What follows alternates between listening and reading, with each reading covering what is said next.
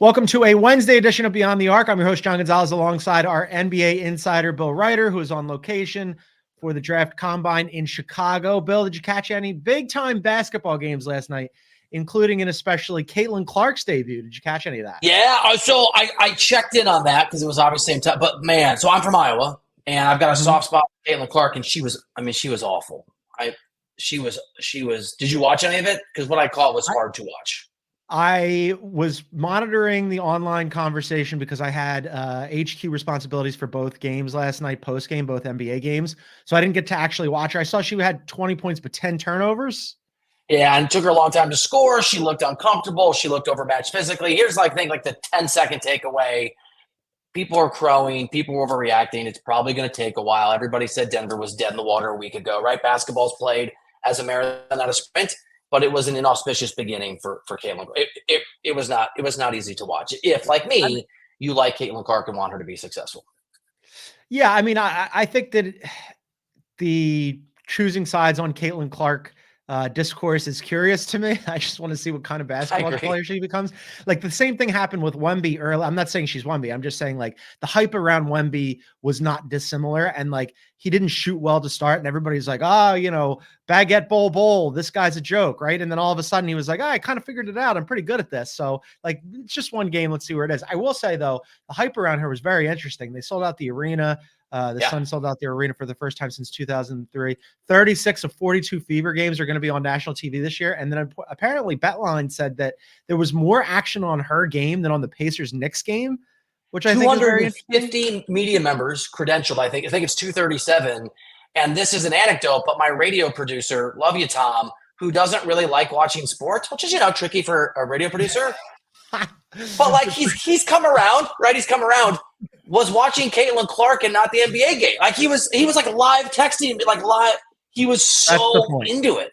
Yeah. I think it's awesome for the WNBA. And if people love to hate her before they even know what she can do, you're getting attention on the game. So I think that's awesome.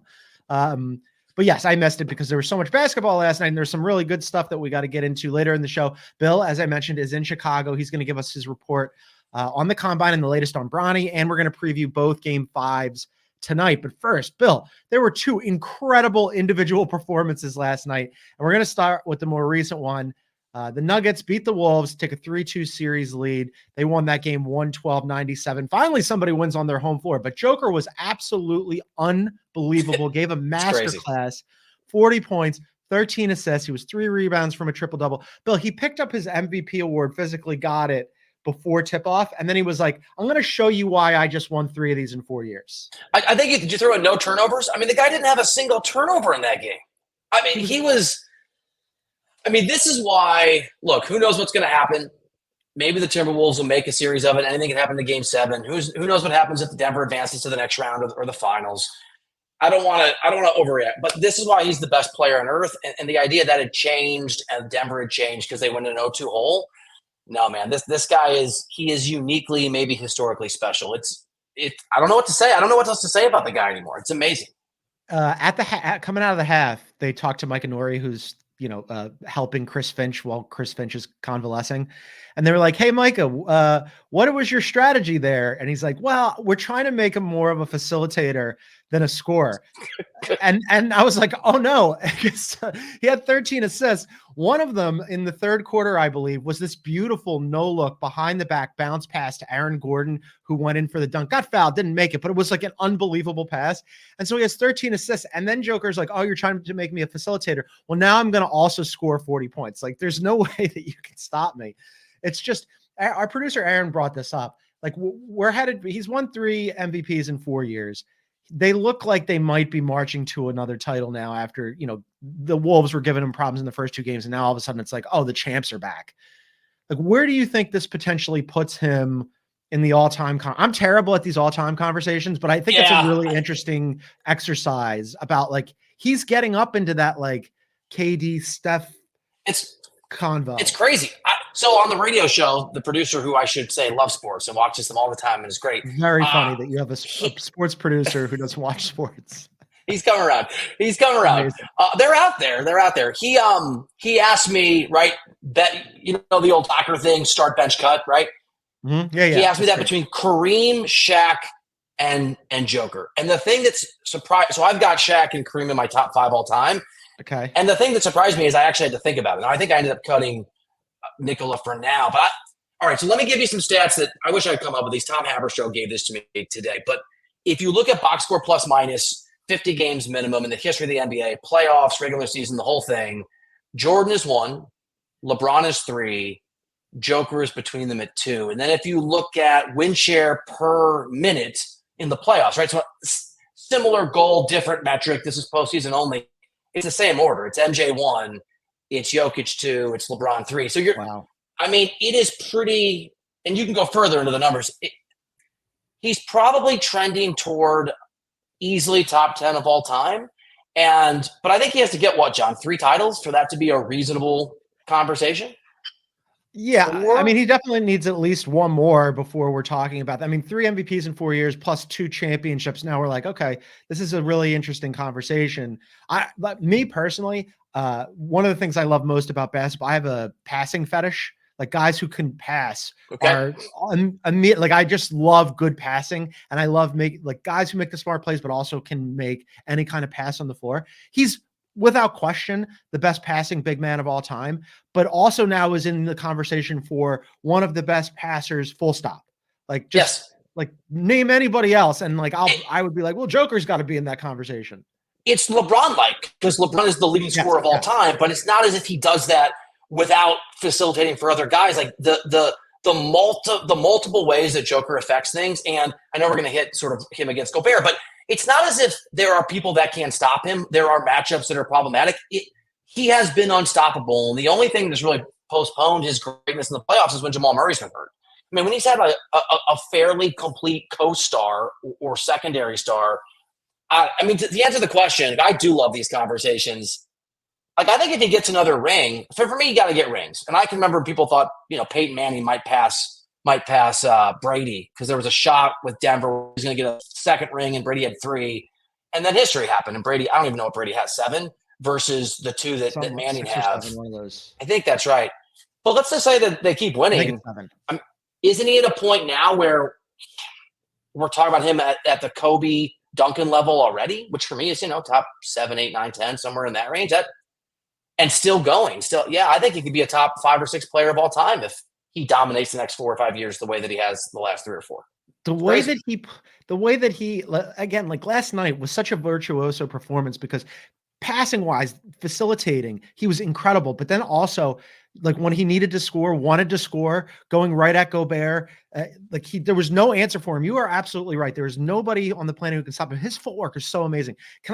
I wanted to run this past. I know you're busy in Chicago and you got a lot of stuff going on. I wasn't sure like how online you were last night. Like, did you see any of? Okay. So I did it like I was out with some NBA people, so it's a different experience. I didn't have volume, so it's such a weird. So yeah, I saw the game and I got commentary from people that do it for a living, but it's different. It's a different thing when you're at a bar, watch it on the big screen with people.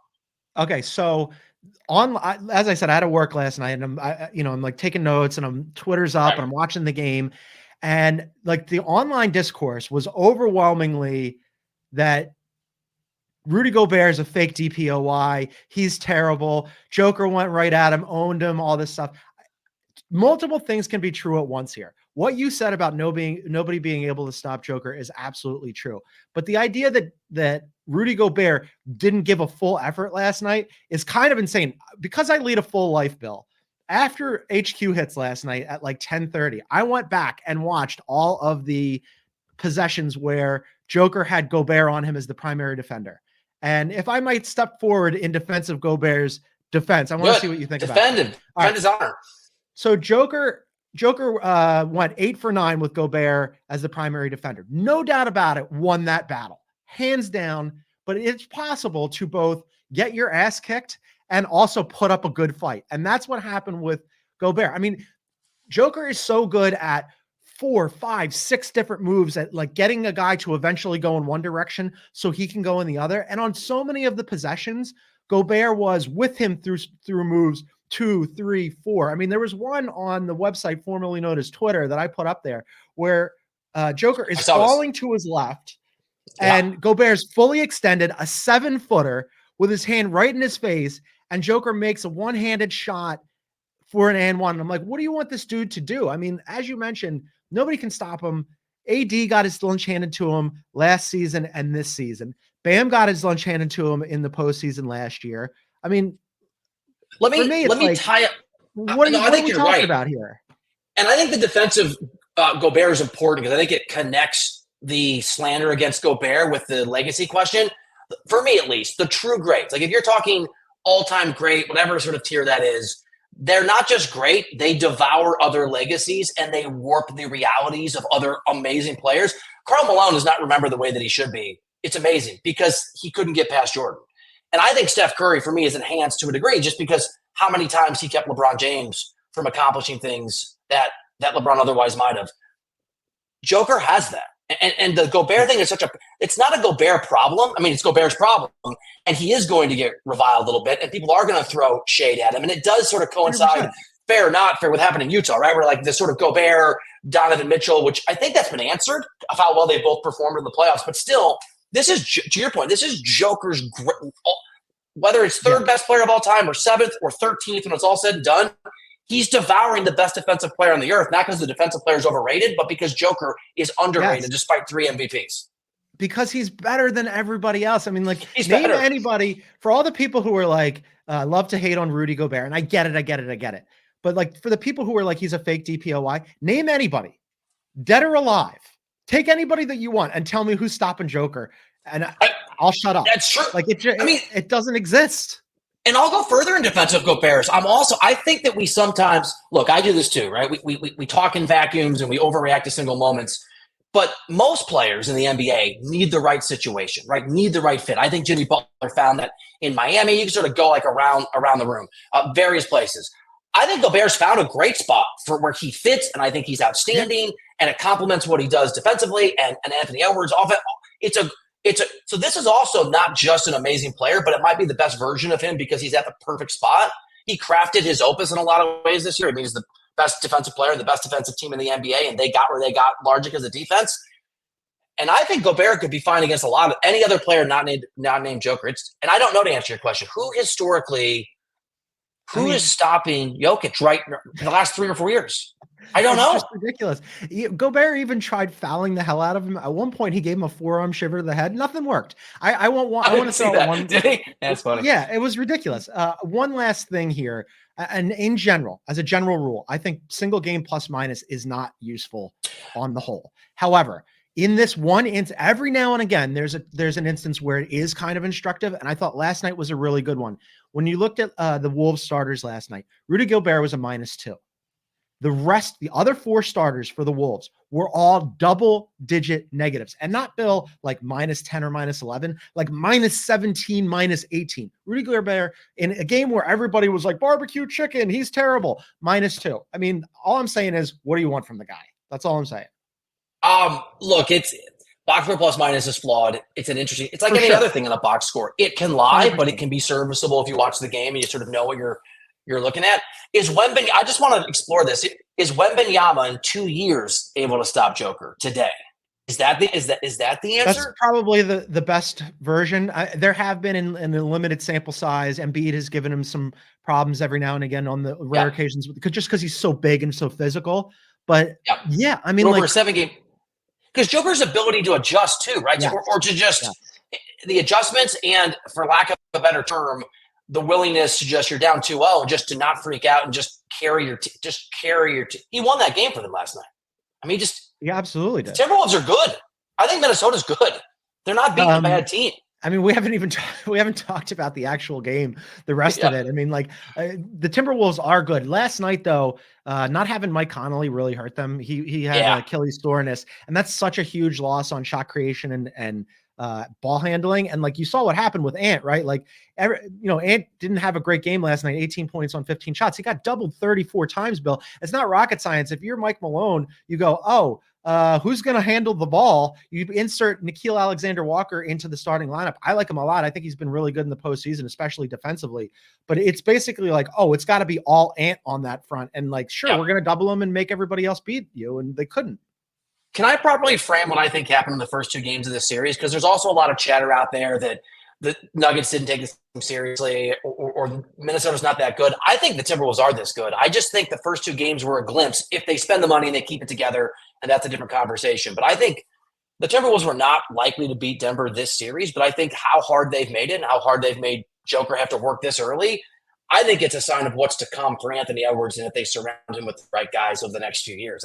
This series is about the present because I think the Nuggets are still the present, but I also think we're getting a glimpse of a Timberwolves team that is not one of these teams that make a cool little run or make some stories and fade like whatever, the Atlanta Hawks a few years ago.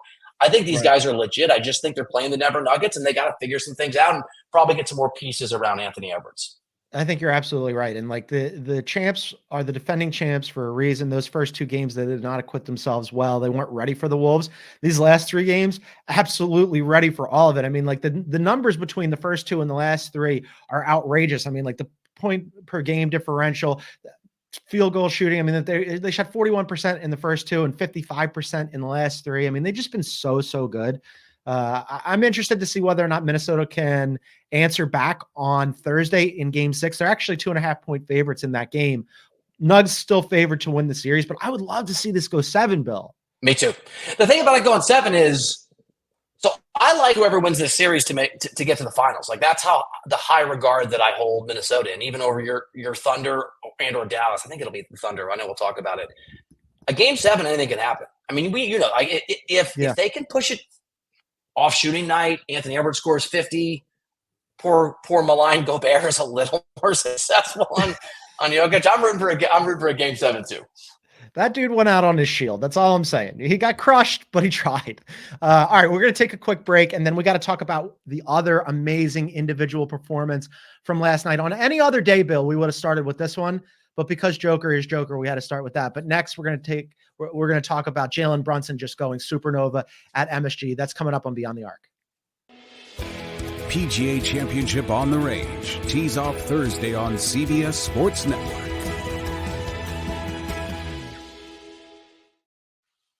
All right, welcome back to Beyond the Arc. John and Bill here on a Wednesday. Be sure to find the show wherever you get your favorite podcast. Download, subscribe, please leave a review. All right, the Knicks go up 3-2 in that series. They beat the Pacers last night at MSG 121-91. Pacers just 1-5 on the road in the postseason. The Knicks, Bill, did not look tired or injured in this one. Brunson went for 44. Yet. Holy hell. Went for 44 and 7 assists. It's the 5th 40-point game this postseason in just 11 outings. He has a right foot that he's dealing with, a left ankle. Didn't matter. He looked awesome last night. All right, I'm going to defend my honor here because, he was – I'm just going to say because I know all the people – everyone 180s. Once the Pacers pull their guys, Thibs, sit your guys. Yes. Sit your guys. Yeah. Yes. Because the worry isn't that Brunson can't win that game. The worry is, can he win you all the games that are required to get where you want to go? But no, it's amazing. And if you look at the list of players who have scored 40 points or more at least 5 times in a postseason run, it is pretty rarefied air. I mean, it's all the names you would know, Jordan and LeBron and Kareem and all those. What Brunson is doing is astounding. They're doing it without what? They don't have Bohan. They don't have Randall. They don't have Mitchell Robinson. I'm forgetting somebody. They don't have – who's the fourth? There's a fourth. OG, right, who's obviously critical to what they do. And here's where I'm at. And I thought, look, I think they're probably going to beat the Pacers. But again, we'll see. If the Pacers can win at home in game 7, anything can happen. And I am worried about the miles on the tires. If the Knicks get to the Eastern Conference Finals, and this is a big if OG's playing, John, I don't think they're dead in the water to make the NBA Finals. Especially with Brunson just doing what he did last night again and again. This is who he is, right? I got to believe this is who he is. He looked absolutely amazing. I am with you. In the fourth quarter, I think it was like 4 minutes and change. They were up like 24, and Brunson was still out there. And I'm like, Thibs, check him out. Check him out of the game. I wanted to run this past you, though, because that aside, I thought Thibs made a move last night that on its face, I didn't expect to. I just figured it was just, a move that you pull, but it ended up being brilliant. He inserts McBride into the starting lineup. And on its face, when he did that, instead of Precious Achiuwa, I was like, oh, he just wants some more energy and some more offense. No, what he was doing was he used Deuce McBride as a primary screener for Brunson. He screened more times for Brunson in that game than he ever had in any other game in his entire life. And the reason why that was significant is Nesmith in the previous 2 games really limited Jalen Brunson. And Thibs, it's so simple, but it makes so much sense, was like, oh, okay, well, let's do this. If we have McBride screen for him, he's going to have Nembhard or Haliburton on him, and we screen with him for Brunson, and then boom, all of a sudden now Nembhard or Haliburton end up on Brunson, and we got that matchup that we really liked in games 1 and 2, and that's going to free up Brunson. And like, it worked over and over and over again, and I don't know why none of us saw it coming, that the Pacers didn't see it coming, that they couldn't adjust to it, but that was like a simple stroke of genius by Thibs. It's the thing about Thibs that's so interesting and confounding, because I do think that he obviously piles the minutes on his guys. If you look at just the teams that he's led to great records, they've underachieved in the playoffs. That is a reality. He's also he is a brilliant coach. I mean, he is a great basketball coach. And so this is, I think, the two sides of this guy. He is outstanding at what he does. Everyone knows he is obsessed. This is his life. He doesn't do anything else. If he can just get out of his own way, if these guys can stay healthy, if they don't run out of steam, there is no reason he can't outduel Joe Mazzulla, and there's no reason that he can't go toe-to-toe in a series with a guy like Michael Malone. And I think the Knicks have such a low floor and such a high ceiling from here on in for the reasons we're talking about. Because you're right, that adjustment was amazing. And what Thibs did, to your point, is create a scenario where Brunson could be Brunson again after maybe a game and a half, where the Pacers adjustment neutralized him enough to confound him. Yes. I wonder what Carlisle does now going back for game 6, like how they adjust there again, because, you know, he did end up putting Nesmith on Brunson and it worked. And now he's got to figure out a way to parry this latest thrust by Thibs. And then also, like, the Knicks once again just dominated on the boards, especially the offensive boards. Hartenstein had 12 offensive rebounds. The Pacers had 5. So what did the free throw? What was the free throw differential though? Look, no one wants to talk about the officials. I understand, but it is not rocket science. It does not take a Mensa candidate to presume that the NBA would love the Knicks to advance to the conference finals. And I know that at one point it was a 30 differential. It was 30 more free throws attempted. 29 more. Are you talking field goals attempted? Yeah, that's field goal attempts. And that's on offensive rebounds. I'd love to know what the free throw differential was. The free throw differential was actually Pacers +2. Wow. Okay. Well, I'm sorry, officials. It was a dominating performance by the Knicks on the rebounding side and physically. And it's really interesting because I still think the Pacers can win game 6. They just got to run them out of the gym. And Haliburton's got to be more of an alpha. Is that the right term? More of a dog? Like more of a fighter? I'm glad you brought that up. He had 13 points on 9 shots. He was awful in game 1. Then he was 9 shots. Pretty good in game 2, really good in games 3 and 4. And then he no-showed in game 5. He wasn't aggressive at all on offense again. And I realize that he's dealing with a back and a hamstring and the whole bit. But as you mentioned, everybody is hurt everywhere. Everybody's hurt. And as we pointed out, they were hunting him and Nembhard on defense. Those two guys, he gave a 0 effort at both ends. He was the, just to bring it back to my guy, Rudy Gobert, an anti-Gobert on the defensive end. And he has talked about this in the series, early in the series. I've got to be more assertive. I've got to be more aggressive. It's not like he doesn't know. And the thing about Haliburton that's so weird, I know he's been hurt. I know he's been different since the injury that sidelined him for a while and still nags him. But it feels like a million years ago, John. At the beginning of the year, up to and including that in-season tournament, which I covered with Avery Johnson, Haliburton was Jalen Brunson, right? He was the second or third or fourth best player in the NBA. He was one of the reasons the Pacers were making that run through that tournament. He was an offensive machine. Maybe he can't be that guy 7 times in a 7-game series, but how about doing it a couple more times? Yeah. It's just, it's a different player. They've been different player, but also different on the road. Like, they have been terrible on the road this postseason. They scored 91 points last night, Bill. This is a team that loves to play fast. It's crazy. Like, and credit also to the Knicks defense. The Knicks played good defense last night, but 91 points for this Pacers team when they play that fast and their offense is this good. Bill, they're only the 3rd team in NBA history to have 7 guys on the team average 10 or more points in the postseason. The other two teams were different variations of the Lakers and the Celtics that both won championships. This Pacers offense is supposed to be carrying it. And last night, they were all, aside from Pascal Siakam, they all no-showed. And this is where the rebounding comes in too. Like, master the obvious here, but obviously when the Knicks dominate offensive rebounding, they're going to get more opportunities to shoot. But also, the Pacers want to get out and go on those misses. I mean, they want to get out and go on makes sometimes. And so the Knicks' ability to utterly dominate on the rebounding side also just suffocates the oxygen out of what the Pacers want to do and the rhythm they want to be in. I mean, it was a perfect performance by New York to just negate what Indiana's good at. And by the way, I do think there's a world where if the Pacers can get out and run. Broken record, John. I do worry about these Knicks players being worn out and it catching up to them in a game 7 if you can get there, and if Indiana can actually push the pace of play. Hold on, I got to check to see here. What were the minutes played last night? Brunson, 43 minutes played. Brunson played 43. Hart played 39. McBride played 40. Why? The game was over. What is he? The thing is, oh my God, I cannot stand how like the group think of the NBA. Look, I'm here at the combine and everybody's here and they're nice. I like all, but it's just they're all parroting the same talking points. So yesterday everybody overreacted to the minutes. No, we didn't. It's a concern. It's not a death sentence of the Knicks' hopes. He played 43 minutes. It wasn't a close game.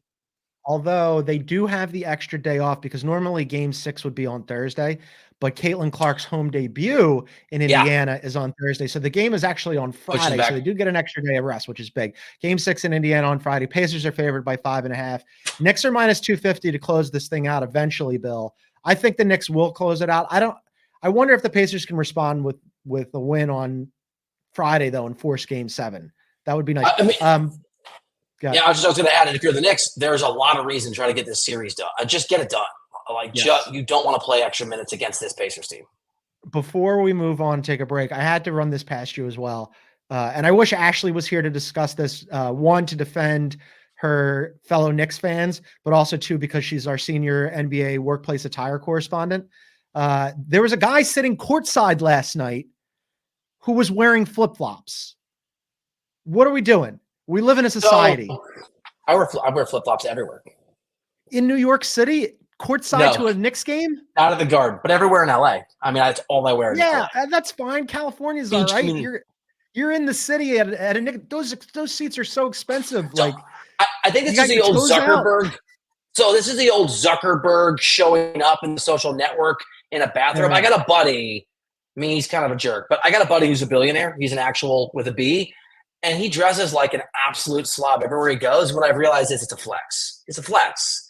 So maybe this guy was just, maybe he knew. Maybe he's, so much money. He's like, I'm just going to wear whatever I want. I mean, those seats are so you were offended. Expensive. I just was blown away because I'm sitting there and I'm watching the game and they came back from a break and they were zoomed in on Thibs, and the angle of the camera, all you could see behind was the feet of the people sitting courtside. And I'm just like right there, right behind Thibs, were just like this dude's toes sticking out. And I was like, what's happening here? This guy wore shorts and flip-flops to a game at MSG. Are you offended? Because I do this by people who take their shoes off on airplanes. I have nice socks on, though. I always have nice socks on. But I'm walking around the airplane with... That doesn't bother me. Okay. It's the toes showing that really offends you. One of my buddies, Dave Damashek, who used to be at NFL Network for a very long time and hosts various different professional sports shows for various places. That's his thing, that it's whenever he's on a plane, people now will send him pictures of other people with their feet out because it drives him insane. And this is sort of like an offshoot of that. I don't know. Put on some actual shoes. But the guy's shoes now. He just said flip-flops. All right, got it. Yeah, Don't do it. I won't do it. Just like in New York. I'm barefoot right now. Well, you're in your hotel room. I am. I'm barefoot right now in my house. Got Completely acceptable. Got it. When we go into public, I think there's an expectation. That's all I'm saying. All right, let's take a quick break, and then we got to get into, you're in Chicago. You saw Bronny up close. We're going to get another report for you. That's coming up on the other side right here on Beyond the Arc. From the world of Sonic the Hedgehog, is there anyone stronger? No. Tougher? No. Hungrier? Grapes was an interesting choice for someone who doesn't use fingers. Knuckles, now streaming only on Paramount+. All right, welcome back to Beyond the Arc. John and Bill here. Be sure to check out our YouTube page. You can find that at Beyond the Arc CBS.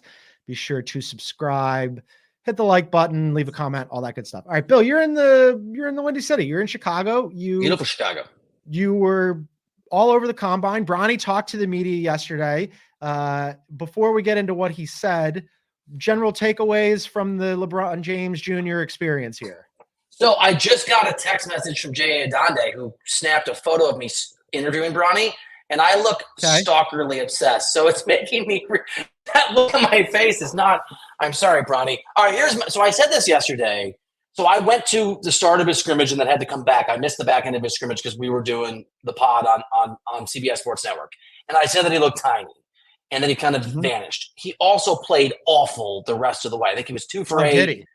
He had 4 points. He missed I think 0 for 4 on 3. He had almost as many turnovers, 3 as points. Now, I did not see that part of the game. I just saw the box score. But talking to people who were there, he did not look good. And so going into the interview with him, right, he did this media session where you're at a table and you all crowd around. It's obnoxious. And it's going to sound like I'm exaggerating, but I was so unimpressed with him physically when I saw him on the floor. He was obviously unimpressive to the people who saw him actually compete. I didn't see him take any shots. He vanished in the time that I was there watching him play. I'm not sure, and I've interviewed everybody, LeBron, Mahomes. I'm not sure I've been around a more impressive person in the interview. I was dumbfounded by how likable, mature, thoughtful. He is an impressive human being. And maybe that'll translate, maybe it won't, but he's got a I don't know, man. He's got a charisma that is extraordinarily likable and humble, and that's 20 minutes. I was so impressed by him, the person. I was shocked. How old is he? 18, 19? Yeah. So I interviewed other kids, and they're nice young men, but they're still like we all are. There's some wisdom to this dude. I don't know if that translates. He's still 6'1.5", right? He still can't shoot, but. I know you're going to play a clip. Can I tell you I thought the most interesting thing he said real quick? It's not part of the clip. Somebody asked him everybody asks who's your comp, right, in the NBA. Yeah. Who do you? And everyone goes, I can be maybe a Giannis meets Tatum. His answer, he said, I want to be a team player. I want to fill whatever niche. I want to survive in the NBA. I don't need to be a star. I just want to have a role. Davion Mitchell, Drew Holiday, Derek White was what he aspires to be. Yeah, I saw that, and I thought that those were great players to aspire to. The two of them, Drew Holiday and Derek White, are among the best defenders in the NBA. Right. So, that's a really high bar to clear. I mean, and on top of that, Drew Holiday and Derek White also have significant offensive games, and one of those guys is on Team USA again. So that might be a bar a little too high to clear. No, well, third or fourth best guys. Is he? I don't think he's a star. Is he the fourth best player in that Celtics team? What's that? Multi-time All-Star, has a championship, multi-time Team USA. I mean, I think that counts. He's underrated. Great. I mean, look, Bronny's a kid. He's young. Maybe he can he's athletic. His vertical was really impressive. He's a shooting guard who can't really handle the ball well enough, but he's athletic. Maybe he can be a defensive force and then grow from there. That is the best case scenario. We talked about this yesterday on CBS Sports Network, but I'll bring it up again. Have you seen the videos of him shooting uncontested alone in the gym? Dude, okay, so you did your Ben Simmons thing yesterday, and I was walking around. I bumped into a bunch of coaches. I bumped into college coaches. I bumped into a bunch of executives and media people, and everybody's talking Bronny. That is the most sure. And I won't name check who these people are, but some of them hugged me. Some people that I like, hey, and multiple people go, hey, because I'm like, what do you think of Bronny? Right, like trying to get reporting. Well, I mean, did you see him shoot the threes? And I go, he couldn't shoot at USC. And they're like, oh, that's true. Yeah, that's true. People are just, they're full too. You show me one video and I'm like, all right, I'm thinking about it. So not surprisingly, as you mentioned, he was accosted in a media scrum and was asked a lot of questions. And one of the main questions he was asked was, hey man, is it your dream to play with your dad? And he had a really interesting answer. Here's what he said. My dream has always just been to put my name out, make a name for myself, and of course, get to the NBA, which is everyone's end goal is here. And I never thought about playing with my dad, but of course he's brought it up a couple times. But yeah. really thoughtful answer. He's 19 years old. Bill, it doesn't surprise me that he's this polished. He's LeBron's kid and he's grown up around this his whole life. But I thought that was a really instructive answer that I want to play in the NBA. And, also my dad is this guy over here. So he's polished. He's also, or at least he comes off as extremely authentic. And you've been around guys who are polished or who give good answers, but you can kind of he's not my favorite person, but Chris Paul's a great example. Chris Paul is extremely impressive if you interview. He's polished. Yeah, I think Bronny, to your point, I think there's some wisdom there. And I was talking to some people who kind of know LeBron, like LeBron adjacent, and they made a point that I think is the right point, and that is, so LeBron was a childhood star, right? And that is, and I don't think LeBron gets enough credit for navigating childhood fame so successfully, because that is usually a very Michael Jackson, Macaulay Culkin, whatever. It's hard to do.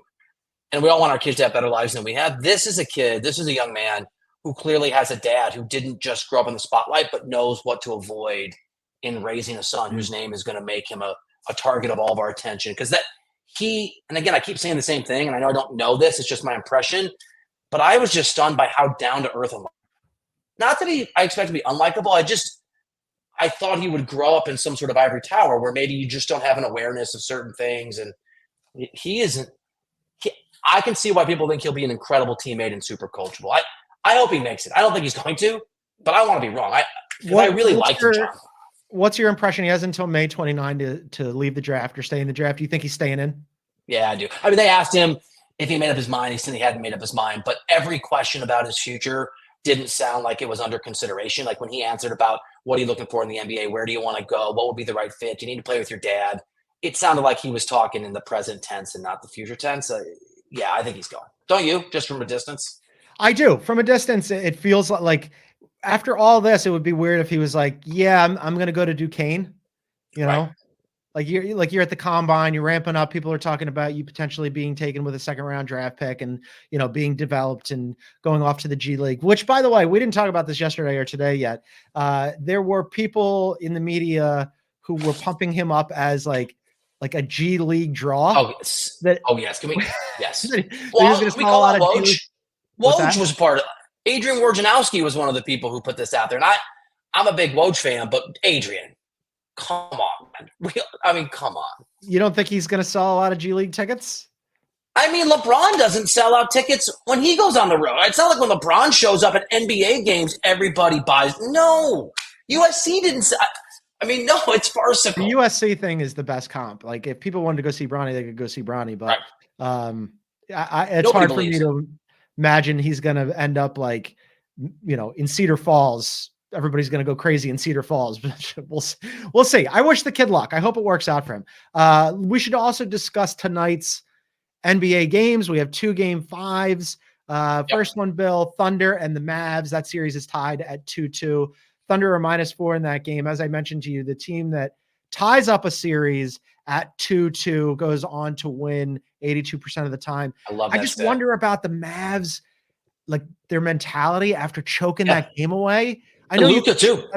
Yeah, and Luka, he's banged up. Yep.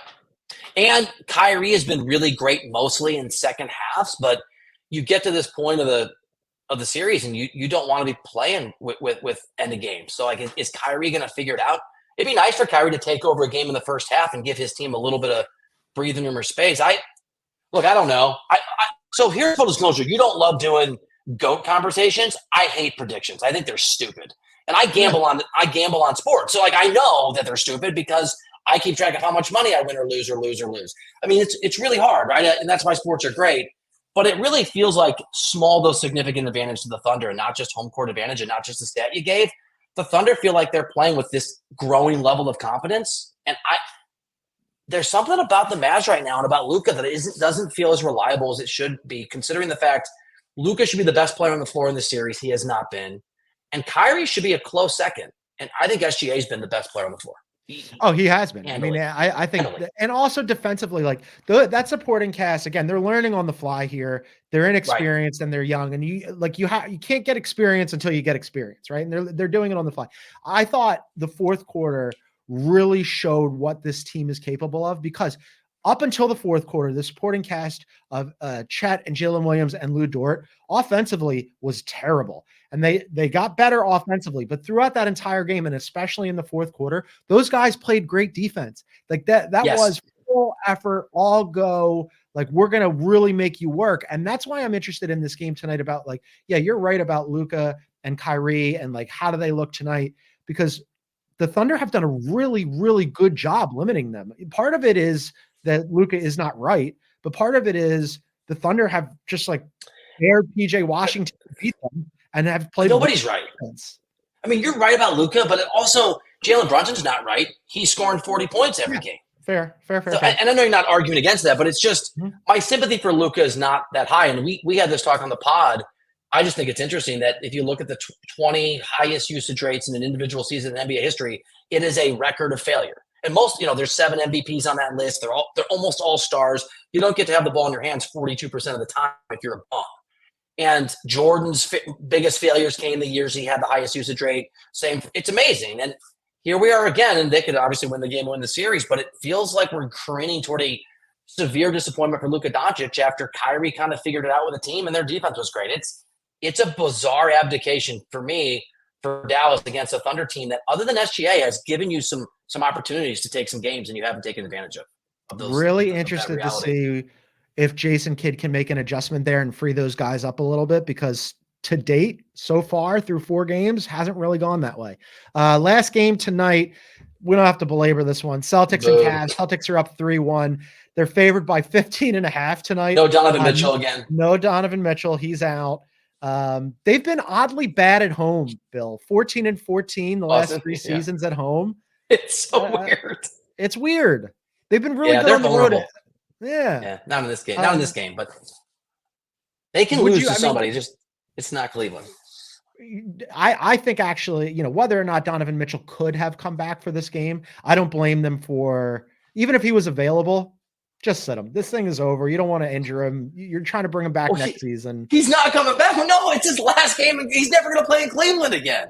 I'm less sold on that than you and Ashley are. I think that they are at least going to they have till the deadline next year to convince him that they can make this thing work. I would tinker around the margins first. I'd maybe offload Darius Garland and Jared Allen and see what you can get back and move the pieces around and hope that something works. And then if you have to trade him, then you trade him. Let me ask you a question that you're going to hate. I'm going to love you answering it, but I think it's a great question, so I'm going to ask it. Okay. All the other stuff aside, just basketball. Yeah. What is a better basketball team next year? LeBron with the Lakers as they're likely to be constructed, or LeBron with the Cavs as they're likely to be constructed? Ooh, that's an interesting question. You could make a case for the Cavs. The question though is because we've talked about this too, like LeBron changes the complexion. Like, okay, if you're just talking supporting cast, I think that the Cavs would have a better supporting cast. I do too. Once you insert LeBron into a supporting cast, it changes the dynamics and it becomes less about the cast and what they do and all about LeBron. So I wonder how he would is Donovan Mitchell with LeBron standing next to him? Like, what does that look like? And also what happened? Darius Garland was not great this year. What happens with Evan Mobley and his development? I would keep Mobley. You can move on from Garland maybe. Yeah, it's just I don't think he's going to Cleveland, but I have covered enough of these miserable seasons where LeBron's doing something to know that none of us have ever gotten it right. He has never done the thing that we all thought he was going to do. I think he's going to stay in LA. LA thinks he's going to stay in LA. He'll probably stay in LA, but nobody saw him go to Miami. Nobody saw him go back to Cleveland. I guess the Lakers were a little more in the mix, but still, it wasn't a lock if my memory serves properly. I just think it's interesting he was there. And if you think Donovan Mitchell is staying, for me, the only way that makes sense. I don't know if he's staying, but no. Well, what I'm saying is, I think that they won't move him until they. Right. I think they're at least going to start the season trying to convince him to stick around. I wonder. I don't know what the Cavs cap situation is, because for that to happen, LeBron has to opt out of his 50 and change. Yes, give up. And then and what kind of deal is he getting in Cleveland? But it's an what does he want? Experiment. Because he does love that part of Ohio, right? He's from Akron, so I don't think he's going. I just think it's really interesting. And also in conjunction with this, so I will say this: going back to Bronny, most people I've talked to here don't think Bronny's getting to 55 with the Lakers. And it's a big if if you're allowed to draft Bronny without Rich Paul and Clutch's permission. Like if you can just draft Bronny and you don't have to, most people think he's not going to get there because of the LeBron factor down the line and because he's Bronny James and maybe there's upside. So I'm not sure Bronny's going to be a Laker if you're allowed to draft him at 41 or whatever the number is. It's just everything LeBron family related is fascinating. Like if you're allowed to draft a guy who probably shouldn't be drafted, it's amazing. LeBron warps really reality. Amazing. It's really amazing. All right. We're going to leave it there. You got a lot of stuff going on in Chicago. You got to run off to the combine. We will be back. The two of us will be back on Friday with Avery Johnson. Ashley will be back tomorrow with Chris Walker. But for now, for our NBA insider, Bill Ryder, I am John Gonzalez. Everybody, thank you so much for tuning in. We will see you next time.